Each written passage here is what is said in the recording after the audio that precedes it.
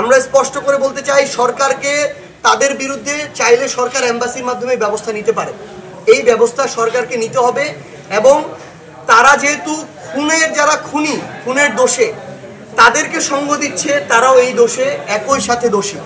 তো তাদের বিরুদ্ধে যেন উপযুক্ত ব্যবস্থা নেওয়া। এনসিপির সদস্য সচিব জনাব আক্তার হোসেন নয়, তিনি অভ্যুত্থানের একজন সংগঠক।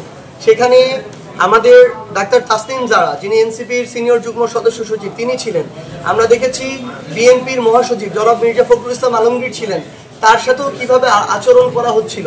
তো সামগ্রিকভাবে একটা অন্তর্বর্তীকালীন সরকার তাদের প্রতিনিধি হিসাবে বাংলাদেশের 3টি গুরুত্বপূর্ণ রাজনৈতিক দলের প্রতিনিধিদেরকে সেখানে নিয়ে গেলেন, কিন্তু নিয়ে যাওয়ার পরে আগেই তার এই প্রত্যেকটি বিষয় বিবেচনা করার কথা ছিল। তারা তাদের জায়গা থেকে একটা প্রেস রিলিজ দিয়ে বলেছে যে তারা চেষ্টা করেছে কিন্তু একই প্রোটোকলে নিতে পারেনি।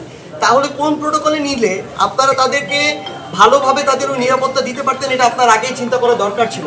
সো আপনি এরকম একটা সফরেও সকল বিষয়গুলো চিন্তা করে আপনি সফরটাকে সাজাননি, এটা আপনাদের সরকারের একটা দুর্বলতার প্রকাশ পেয়েছে। এই প্রকাশটা শুধু এই সফরে না, পুরো বাংলাদেশে আমরা বিভিন্ন জায়গায় এটা দেখতে পাচ্ছি। সো আমরা স্পষ্ট করে বলেছি, অন্তর্বর্তীকালীন সরকারের উপর অবশ্যই এই দায় যায় এবং পররাষ্ট্র মন্ত্রণালয় বলেন, সেখানে বাংলাদেশের এম্বাসিতে যারা আছেন তাদের জায়গা থেকে আমরা বিভিন্ন ধরনের দায়িত্বের গাফিলতি এবং আওয়ামী লীগ বা আওয়ামী লীগের সমর্থকদেরকে সহযোগিতা করার বিভিন্ন তথ্য পেয়েছি। আমরা চাই সুস্পষ্টভাবে এগুলোর সাথে যারা সম্পৃক্ত তাদেরকে ওই দায়িত্বগুলো থেকে তাদেরকে বরখাস্ত করে তাদেরকে শাস্তির আওতায় নিয়ে আসতে হবে। কারণ তারা একটা দলকে পিছন থেকে সুবিধা দিতে গিয়ে, স্বৈরাচারী দলকে পিছন থেকে সুবিধা দিতে গিয়ে তারা রাষ্ট্র এবং সরকারের সাথে বিশ্বাসঘাতকতা করেছে। আমরা স্পষ্টভাবে এই আবেদনটি জানিয়েছি।